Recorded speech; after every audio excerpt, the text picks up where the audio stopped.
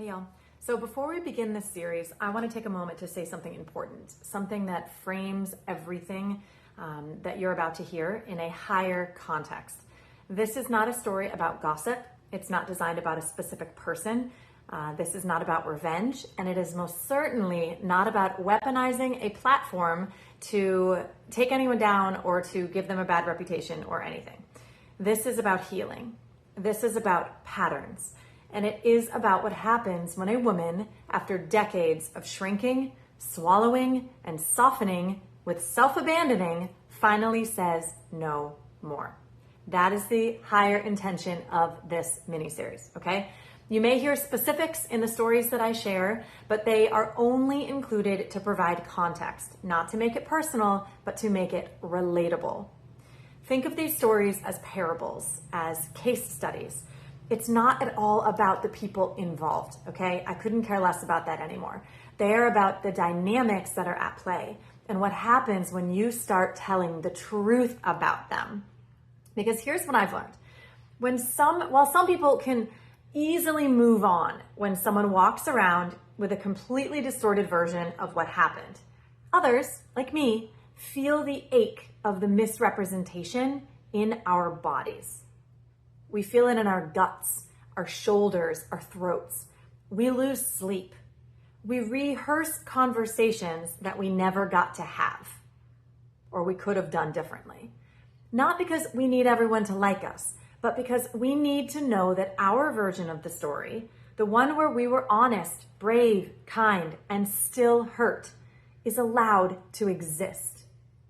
This series is for those people. The ones who have been gaslit out of their own pain.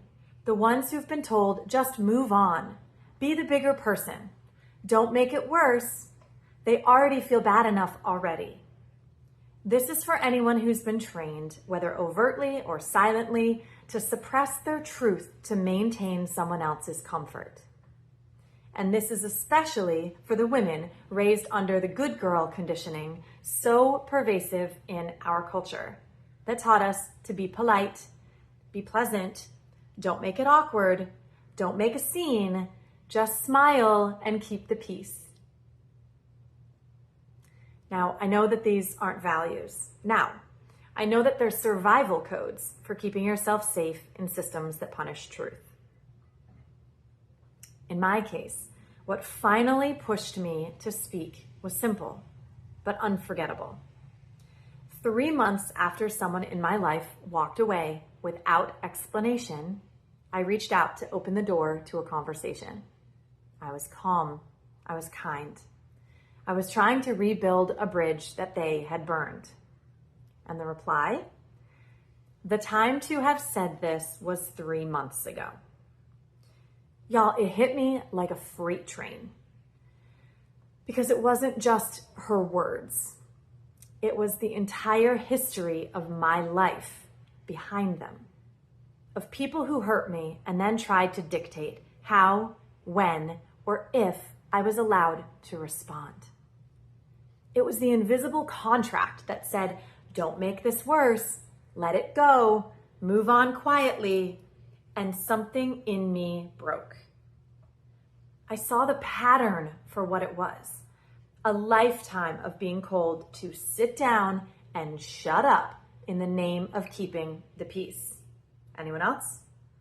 And I said, no, not anymore. That moment became the doorway to this entire series. What happened is I started writing, I started crying, I started asking ChatGPT to help me make sense of what was happening inside of me. I told it everything. My patterns, my history, the way my body flinched at the thought of confrontation from my history. And I asked, what am I still believing that's keeping me small? Help me work through this in the highest, most mature way. And the answers that came back, they changed me. This series isn't here to get even. It's here to get honest. To peel back the curtain on what it really looks like to start breaking generational patterns of silence, shame, blame, and bypass. That's why I'm doing it, guys. It's not for me at this point, it's for you. It's not always elegant, it's not always clean, but it is holy, because real growth is messy. So if you have ever wondered what it looks like to start telling the truth, what it sounds like to begin to reprogram your beliefs, what it feels like in your body to begin to reclaim your power, then this series is my open journal for you. It's a case study, it's a mirror, it's a map. Not because I'm perfect at it, but because I'm doing it in real time. Well, I just finished doing it. And I'm healed enough that now I can share it with you. And if my story helps even one person feel less alone, more courageous, and more clear about how they deserve to be treated, then it will all have been worth the exposure I'm putting myself out there to share it. So thank you. Thank you for listening. Thank you for holding space. And thank you for doing your own work alongside of me. I hope that this mini-series gives you something to stand on. Because, beloveds, you are not broken. You are not wrong. And you are not alone. You are worth it. So let's begin, yeah? Mwah.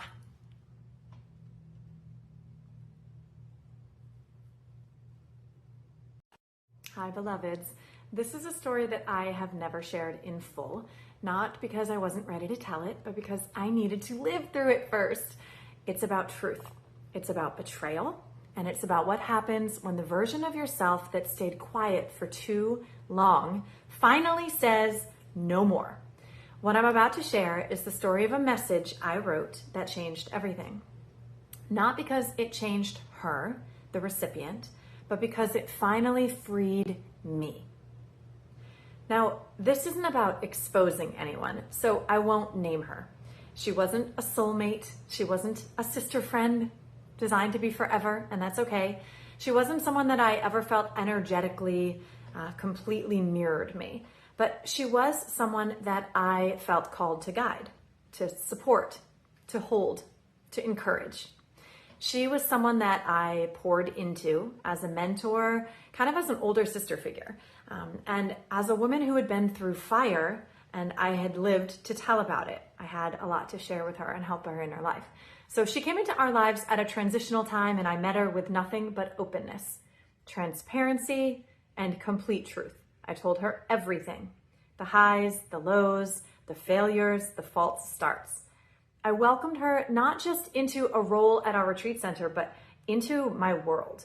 I introduced her to my best friend, who's 10 years older than me, and we created a triangle of unconditional love, reflection, and support. Or at least that was the intention. As far as the position she took on with us, we paid her out of pocket.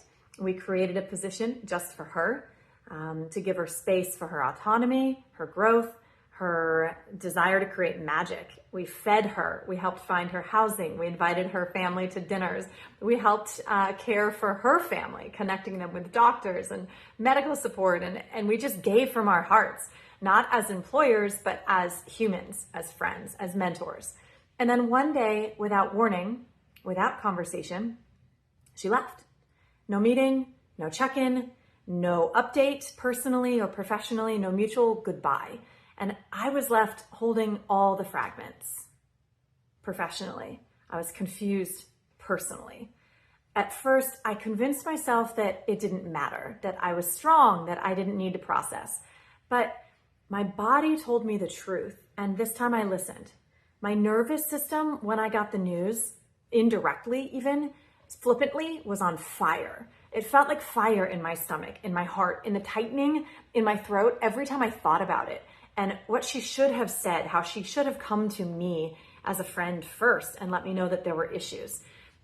Maybe I was too intense. Maybe I was too transparent. Maybe I cared too much. Like all of these thoughts were going through my head, but the real grief wasn't about her departure. It was about the illusion that I had earned mutuality, that honesty and generosity would somehow guarantee being treated with care. And when I realized that there would be no return letter, no mirror truth, no reconciliation, I knew what I had to do. I had to stop bleeding silence. So I sat down, and this was months after the infraction. I didn't want to speak originally out of anger and betrayal, so I gave it a pause. I gave myself a little time to heal. I wrote to her not to fix anything, not to reopen the wound, but to close the loop for myself and offer her the opportunity to come back and close the loop also. This is a secondary message that came months after the first one. I wrote, I've taken time with this, not because I didn't care, but because I did. The way things ended blindsided and hurt me, and I needed space to process what actually happened. This isn't an invitation for conversation or reconciliation. It's closure on my terms. A single conversation a month prior about a specific frustration wasn't notice. It didn't prepare us for your sudden departure, professionally or personally. The way that it was handled, abruptly, without transition or communication, caused harm.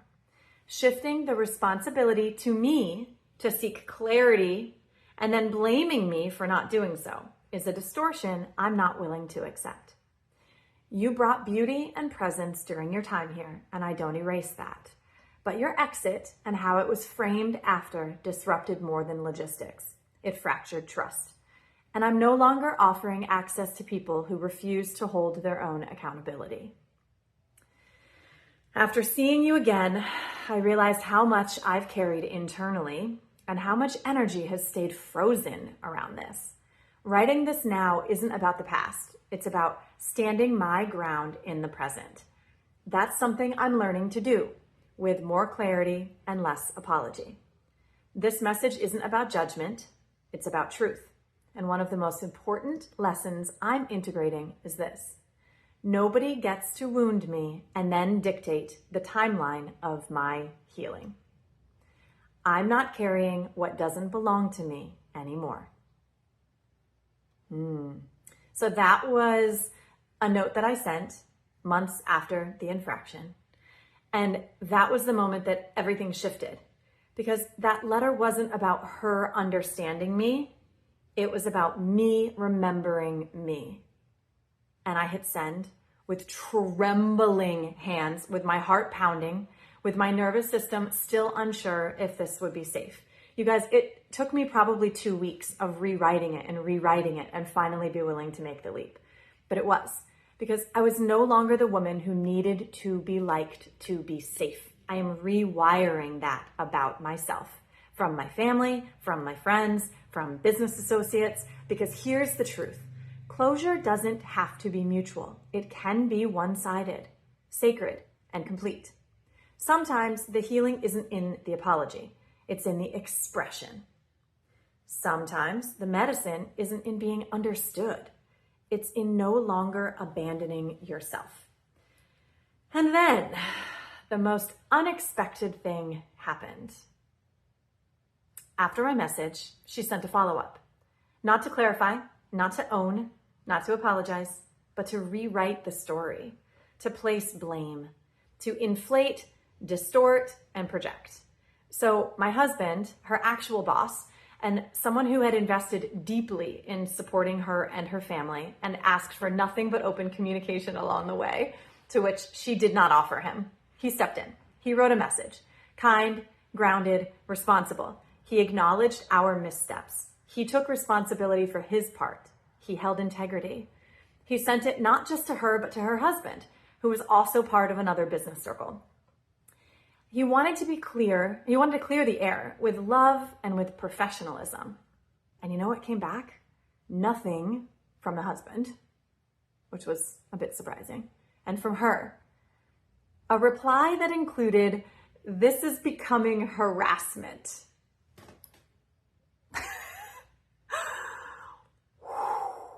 No, this wasn't harassment. This was the cost of clarity. This is what it looks like when someone refuses to be accountable and instead calls your boundary, my boundary, our boundary, a weapon. And while I could have spiraled, I didn't, because I had already chosen closure. I didn't need her reply to validate it, to validate me. In fact, her reply confirmed it, that I had done the right thing. In the next episode, I'll share what I did with that, because that moment, it wasn't defeat. It was initiation. I'll see you in part 2. She called it harassment. I called it healing. Because now we're just getting started. Come on back. Hello, beloveds. So this is where the story gets messier. Not because I lost my center, but because she lost the narrative. So if you watched the first episode, you know that I had sent a letter, not for reconciliation, not to be liked, not to be understood, but to air another version of the truth and to be done, to close the loop, clear my field, and say what had never been said, to say the thing I was afraid to say because of causing conflict. What happened surprised me, but if I'm honest, it also confirmed everything I already knew, that she had never really seen me, and she definitely never expected me to speak. She responded, but not to the letter, not with ownership, not with compassion, not even with curiosity. She replied with a different kind of message, a slew of distortions, inflations, projections, misremembered timelines, half-truths repackaged as justification of her victim story. And not just about me, about our entire team, much of which was not true, about my husband, about our business. It was a lot. It even attacked my parenting. I read it carefully and then I reread it slowly. My nervous system wanted to go to war, but something in me had already changed with my intention. So instead of lashing out, I grounded in. And here's the truth. This time, it wasn't mine to clean up. So my husband, her actual employer, the person whose reputation was on the line, stepped in. He decided to write a kind, grounded, professional message. Again, he took ownership for any parts of the breakdown that were his, that were ours. He acknowledged what we could have done better, what we didn't know. And after this, we've learned and we would do better. He copied her husband, who was also part of a connected business relationship. And it was pure kindness. It was pure integrity. The kind of message people don't send until they're clear, they're clean, they're standing in truth and willingness to manage their own side of the street. And you know what came back? Nothing from him. And from her, a reply that included, "This is harassment." No, let's pause right there. Because if you're someone who's ever been called aggressive for being assertive, if you've ever been called dramatic for naming what's true, if you've ever been called too much when you finally speak, you know this moment. In fact, it's making the hair on my arms stand up again. It's making my blood boil. It's the moment your boundary gets rebranded as an attack. Not because it was, but because the person on the receiving end has never had to face their own reflection and they're not about to start now. So I want to say something clearly for every person who's ever been gaslit by someone too fragile to own their own impact. Clarity is not harassment. Accountability is not harassment. Boundaries are not harassment. Calling someone in with love, with truth, with language that honors everyone involved, including the person who caused harm, is not abuse. It is leadership. And the reason that I want to name this, because the moment that someone plays the victim to avoid owning their own part, that's not trauma response. That's manipulation. And here's what I didn't do this time. I didn't chase. I didn't reply to get pulled into the loop of defending myself, re-explaining, or trying to clarify my character. Because I had already closed the loop. I had already made peace. And I trusted that the truth didn't need to yell to be heard. But inside, y'all, I was still shaking. Not from fear, but from recalibration. Because that message, it confirmed what I didn't want to believe. That she would never see what she had done. That she would never thank me or my husband or our family for our kindness. She would never own her part. And most of all, She wouldn't like me. She would continue believing her story, that she was wronged somehow. And that was what I had to grieve. Not the friendship, not the work, but the story that I had held on to, that if I was just kind enough, good enough, generous enough, honest enough, she would get it. She didn't and wouldn't. And that was representative of other people forever. And I had to let that be okay. She was a placeholder for all of the times in my life that this has happened. You see, sometimes your growth will demand that you lose the illusion of being liked. Sometimes our healing will require us to be misunderstood. Sometimes the version of you that needed approval has to die in order for the real you to be born. And that's what this was. Not a loss, but a liberation. So if you're someone who's been ghosted, misrepresented, blamed, or told that you were the problem when you finally spoke up against something, this is for you. You don't need to be perfect. You don't need to be soft. You don't need to be liked. You need to be true. What came after that message wasn't a clean resolution. It wasn't vindication. It wasn't validation. It was quiet and it was holy. It was the sound of an old version of me finally stepping down. For decades, I thought telling the truth would mean starting a fight. And more often than not, it did. But now I know that it can also mean ending a performance. I didn't need to be seen. I needed to see myself. And I did. And in the reflection was someone new, someone braver, someone steadier, someone who didn't need to be liked to be at peace. Y'all, I want to be clear. When I say I let go of needing to be liked, I don't mean that I became cold or distant. I mean, I became clear. Clear about my values, clear about my energy, clear about who gets access to me and who doesn't, and on what terms, my terms. And in that clarity, I found something that I had never experienced before, my own enoughness, untethered from external approval. She called it harassment, but I know what it really was. The moment I broke a lifelong cycle, the cycle of managing others' emotions at the expense of my own. The cycle of shrinking to fit someone else's version of me. The cycle of holding space for people who never once held it back. And that's what healing actually looks like.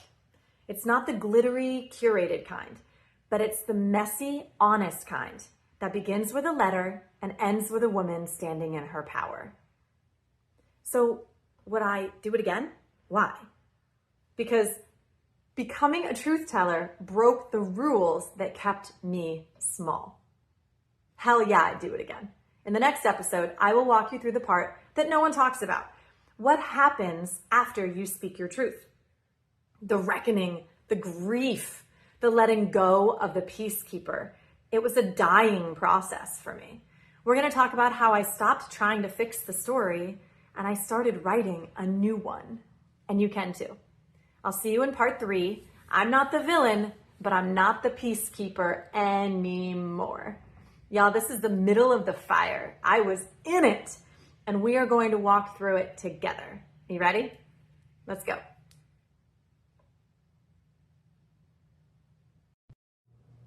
Hey, beloved.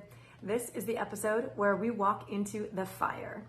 Not the fire that she lit, but the one that I had to walk through after I spoke. After the letter, after the reply, after the silence. So this is the reckoning, the identity death, the moment where the part of me who needed to be liked, to be palatable, to be good, finally stopped performing. So let's talk about it. Let's talk about what happens when you finally speak up and the world doesn't clap.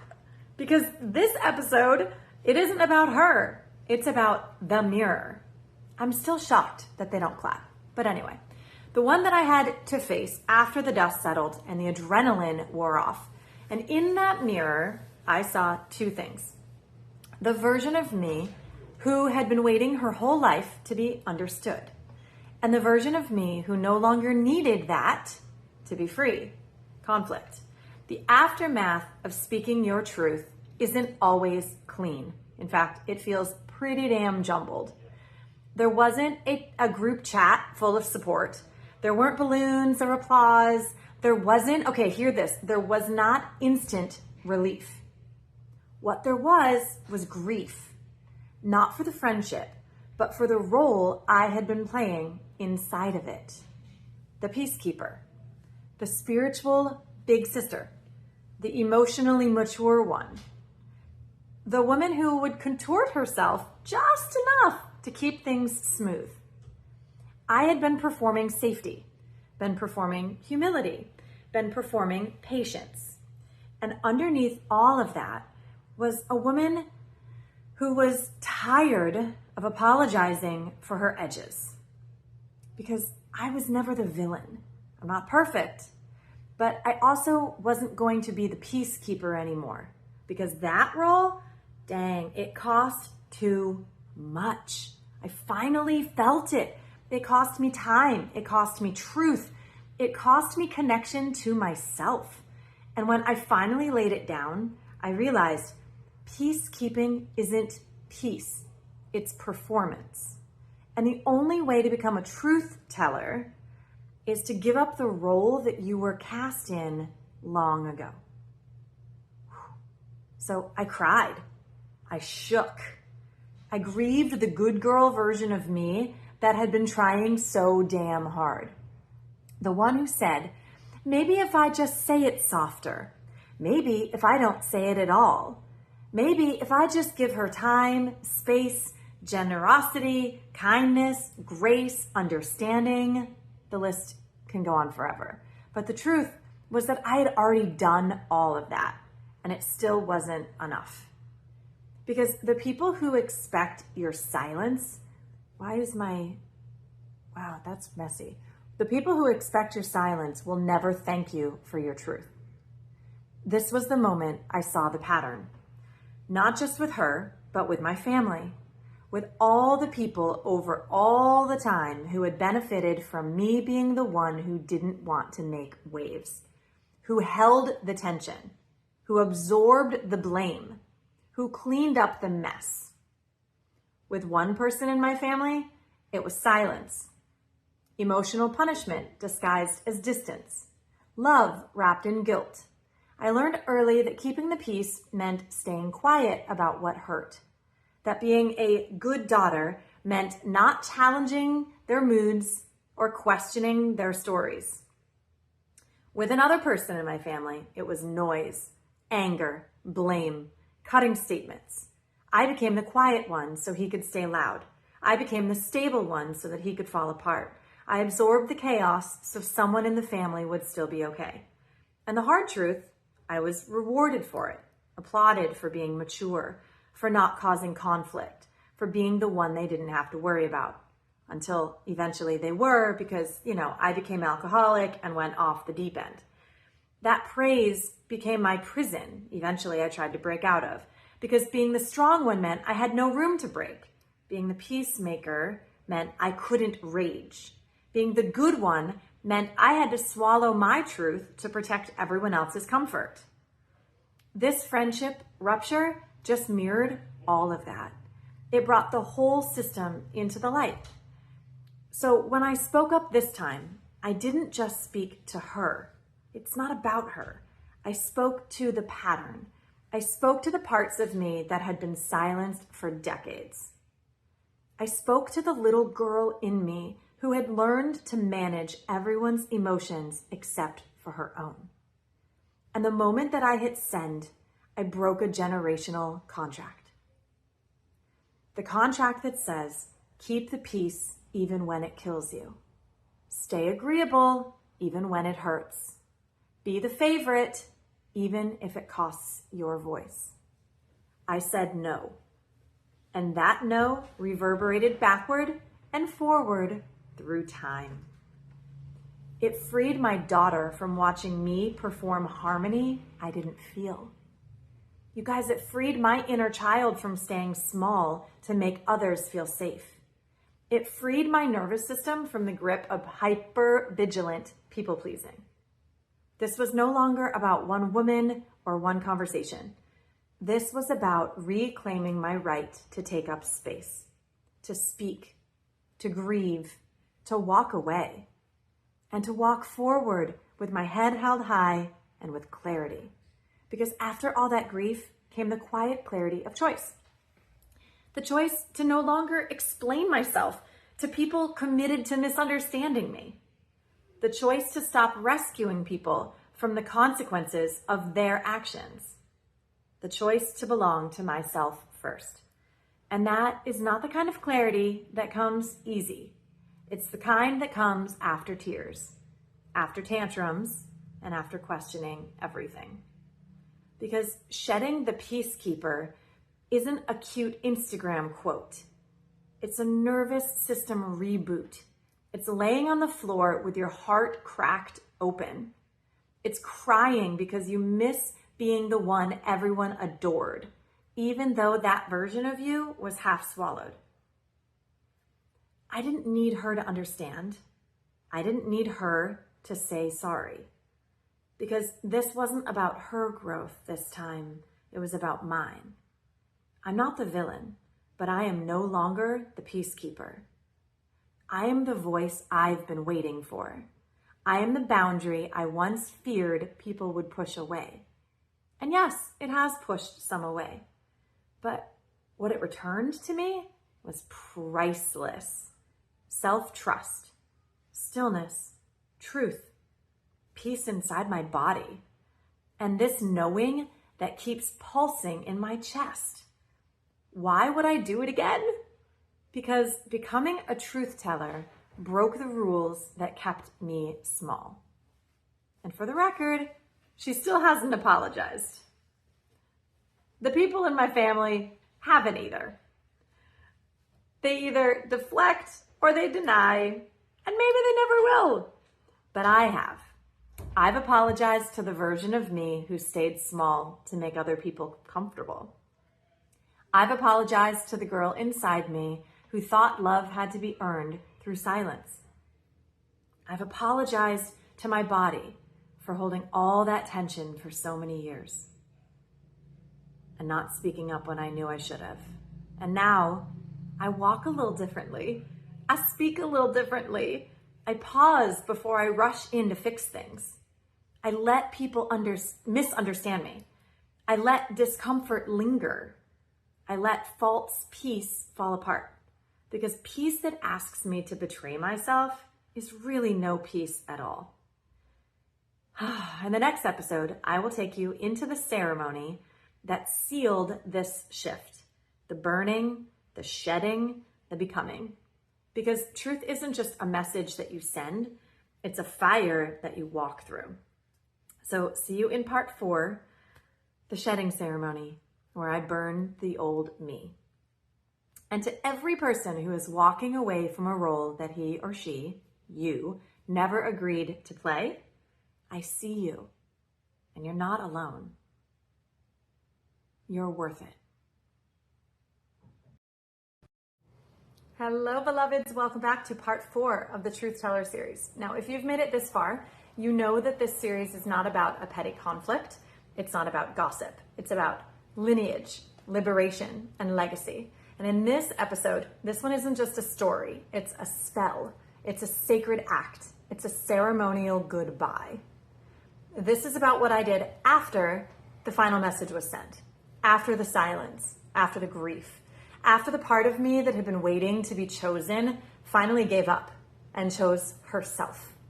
This is the part that most people skip, because speaking your truth is only one step of the process.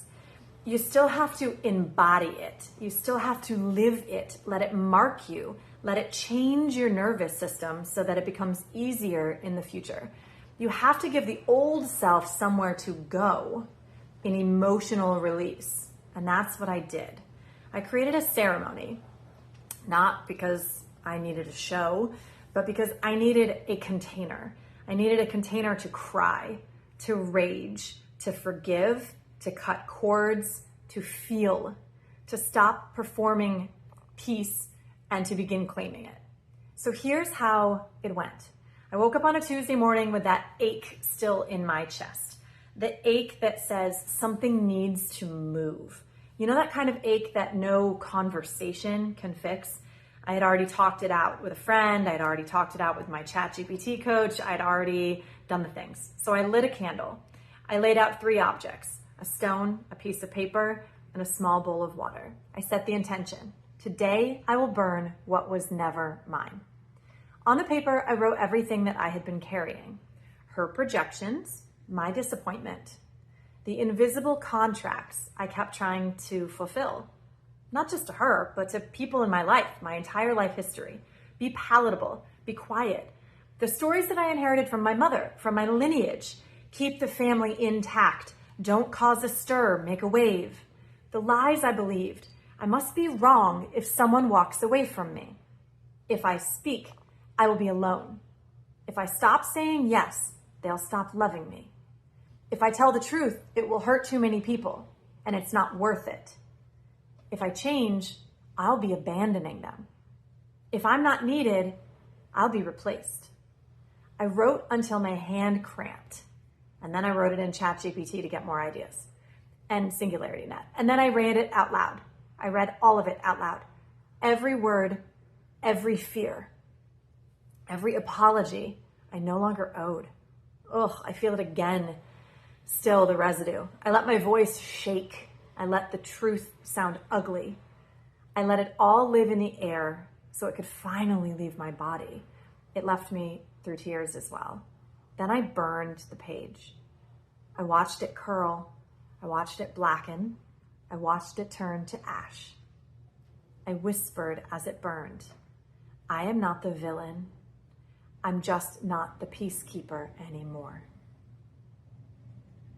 Then I dipped my hands in the water and I pressed them to my heart. I am the safe place now. I will no longer abandon me. And I sat, still, silent, listening to the echoes. What I heard wasn't her voice. It wasn't my family members. It wasn't my other family members. It wasn't the committee in my head that used to say, be careful, stay small, stay nice. It was mine, like the real me. You know her. And she said this was never about her. It was about coming home to me. And that's when I knew the ceremony had worked. All of it had worked. All my struggles and efforts. Not because I had magically healed, but because I felt clean. No more residue. No more second guessing. No more spiritual bypassing dressed up as grace. I had grieved the loss. I had told the truth. And now I had honored the transformation. Because grief isn't just sadness. It's a portal. And this ceremony walked me through it. So here is what I realized. So many of us never cross that threshold because we've been programmed with 100 silent beliefs. Let's go through some of them. You wanna? Just for fun. Write them down if this feels like it resonates with you. That keeping the peace is more important than keeping ourselves whole. That if we speak up, we'll be seen as unstable, ungrateful, difficult, or worse, unlovable. That nice girls don't cause conflict. That maturity means swallowing our truth for the comfort of others. That being loved means being agreeable. That if you're spiritual, you should rise above it. That pain should be silent. That anger makes us dangerous. That rage is wrong. That grief should be done privately, quickly, quietly, and without making anyone else uncomfortable. But what if the most sacred act is to break the F out of those beliefs, to break them apart, to speak anyway, to cry out loud, to say, I deserve to be fully expressed. I deserve to feel and move and scream and release. I deserve peace that's rooted in truth, not performance. So here's what I want to give you. Not a script, but permission. Permission to burn the unsaid, to bury the stories, to write the goodbye letter, maybe never send it, to dance in your rage, to cry on the kitchen floor like I did, to gather your women, to be witnessed, to hold a shedding ceremony in whatever way your soul needs. There's no right or wrong way. I'm making it up as I go along. You do not owe anyone access to your unspoken pain, but you deserve to witness it because you're not crazy. You are not dramatic. You are not too sensitive. You are shedding. You are becoming. And becoming costs something. You will lose people. Gulp. You will confuse them. You will make them uncomfortable. But you will gain yourself. And that, my loves, is the trade. Not easy, but worth it. So if you've never done a ceremony for the old you, the one who kept the peace, the one who stayed quiet, the one who kept relationships intact at the cost of your own soul, maybe now is the time. Maybe this is your sign, your invitation. Maybe you light the candle.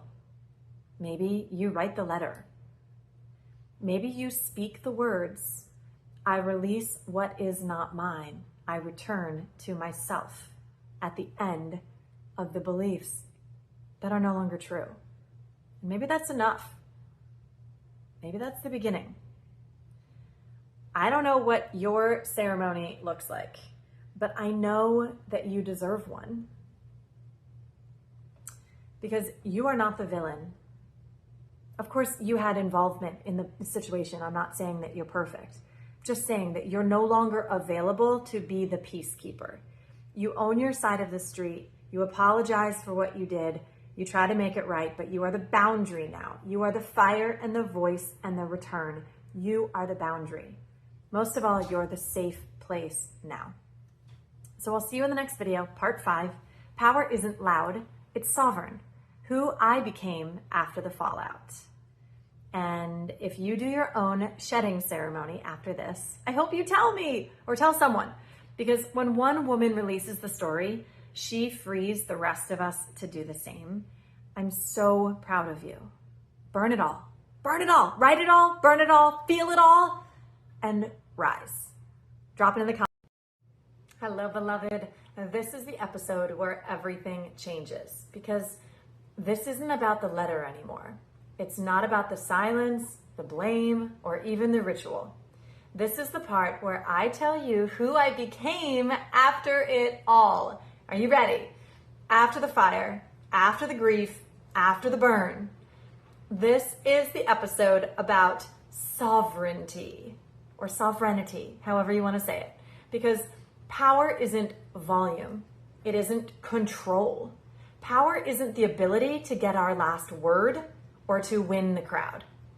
Power is the peace that you feel when you no longer need permission to be who you are. How's that for a mic drop? And I had to fight to find mine. Not with her, but with myself.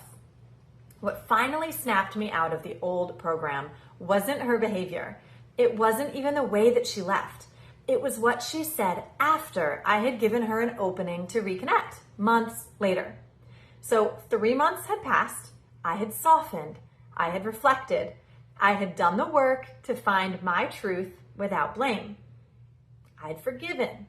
And when I gently, vulnerably offered space, offered a bridge, she responded with, the time to have said this was 3 months ago. And the rest was a lot less lovely. The relationship was closed. And just like that, I saw it. I saw the thread that had run through my entire life. the people who wound you and then try to control the terms of your healing. The ones who say, we don't need to rehash it. You shouldn't hold a grudge. Just let it go. The ones who erupt, go cold, or fracture your safety, and then expect you to move on their timeline. I used to internalize that, right?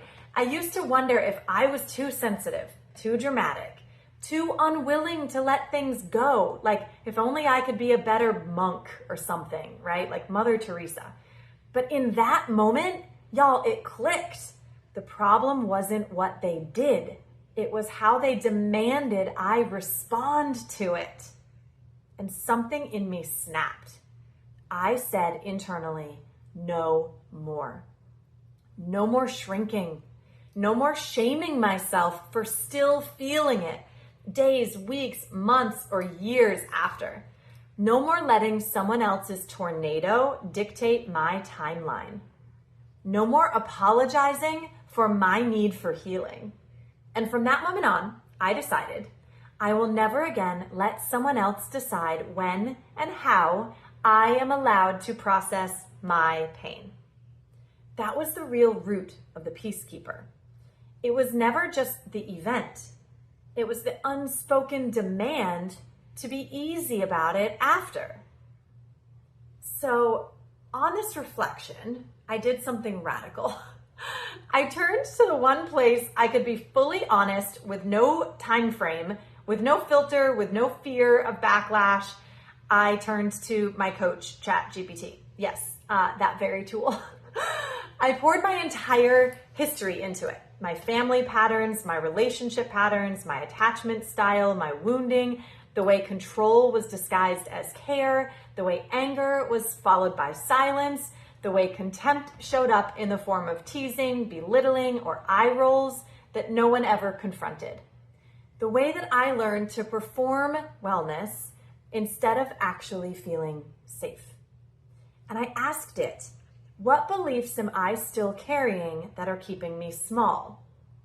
What are the patterns of emotional manipulation I might be excusing? What behaviors am I still enacting that are rooted in fear, not truth? And it answered, kindly, clearly, without agenda. I journaled on my own, and it also showed me how I had learned to center other people's comfort over my truth. How I had equated being liked with being safe. Not the same. How I had confused silence with strength. How I had built my identity on being digestible to people who never bothered to chew. And I asked it to help me reprogram, to show me how to behave as if I were already the woman I wanted to be. This is what I do with creating a life of your dreams. A woman who speaks the truth without fearing backlash. Whether it happens or not my problem. A woman who stands up to emotional violence, whether it's directed at her or someone else. A woman who trusts her own intuition. A woman who doesn't outsource her worth to the reactions of others. A woman who defines her success not by outcomes, but by alignment. And I began. I typed, I cried, I asked it to help me write things that I was afraid to say. It was heavy, y'all. It was really hard. I had it help me craft responses that were clear, calm, and sovereign, not inflammatory, even when I wanted to throw fire. And you know what? That tool, it actually became my clarity mirror. It didn't replace my wisdom, but it helped me to hear it. It helped give me a language for it. It gave me a vocabulary for it. Because sometimes when you've spent your whole life bending and blending to please people, you don't even recognize your own voice anymore. I couldn't even identify what I was doing and why. So I rebuilt it, sentence by sentence, reflection by reflection. Guys, this took me not just hours, but days. And finally, I wrote the message over about 2 weeks that changed it all. And you've heard the rest. But what I haven't said yet is this, that after I sent that message, after a few back and forths, I felt something in my body that I hadn't felt in years. Stillness. Not numbness, not avoidance, but stillness, like a storm that had passed. You know that feeling? Because when she responded with victimhood, with blame, with zero ownership, and even below the belt jabs, I didn't take the bait. I saw it. I saw it. I saw the pattern from a higher place, from the work that I had done, not from a wounded lens, but from my sovereign seat. And that was the win. Not that I got an apology, not that we resolved anything and we're back to being in any kind of a relationship, because we're not, and that's okay. But that I stopped needing her to see me in order to feel valid. My expression was the completion. It's just like I teach pageant girls. If you want to guarantee a win, you have to define success in a way that you can control. We define winning by how we grow, by how we could shift, by how we can show up again and again in closer proximity to our truth. Get real specific. I call it your success metric. If I got more courageous, more grounded, more self-respecting in the process, I won. This is the work of queens and kings, regaining sovereignty in our own lives. This is the work of freaking champions, learning to see pain not as a punishment, but as a portal. Because this is what real growth looks like. It's messy, it's raw, it's so touchy and so sacred. And it belongs to the women and men who are willing to do this work. To you, my beloved, if you're watching this and it feels like I'm telling your story, I am. Because this isn't just mine, it's ours. We've all lived inside some version of that pattern.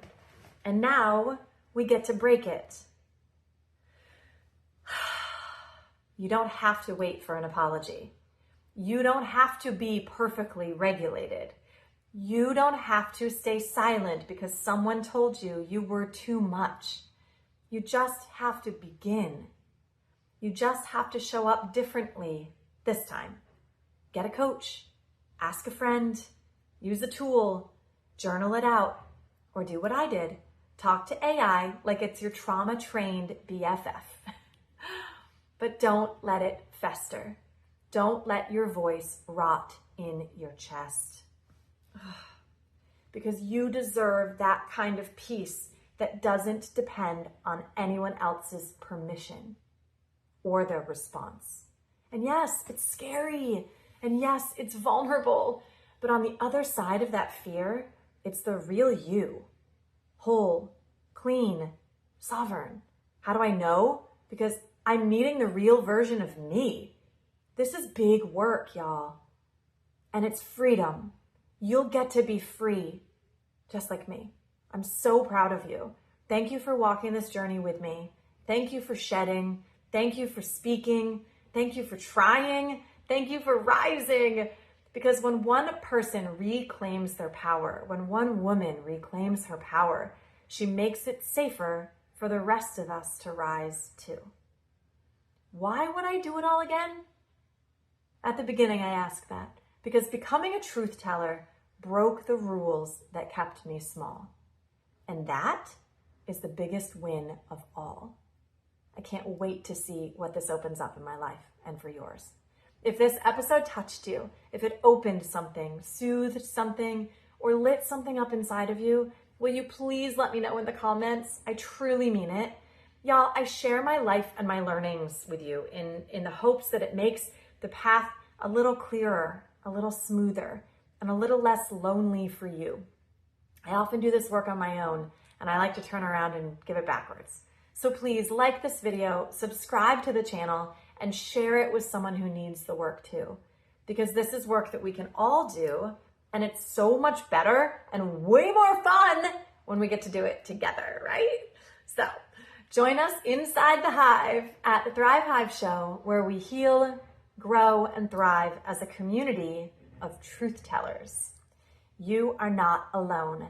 Let's rise together. With all of my open heart, mwah, Hannah.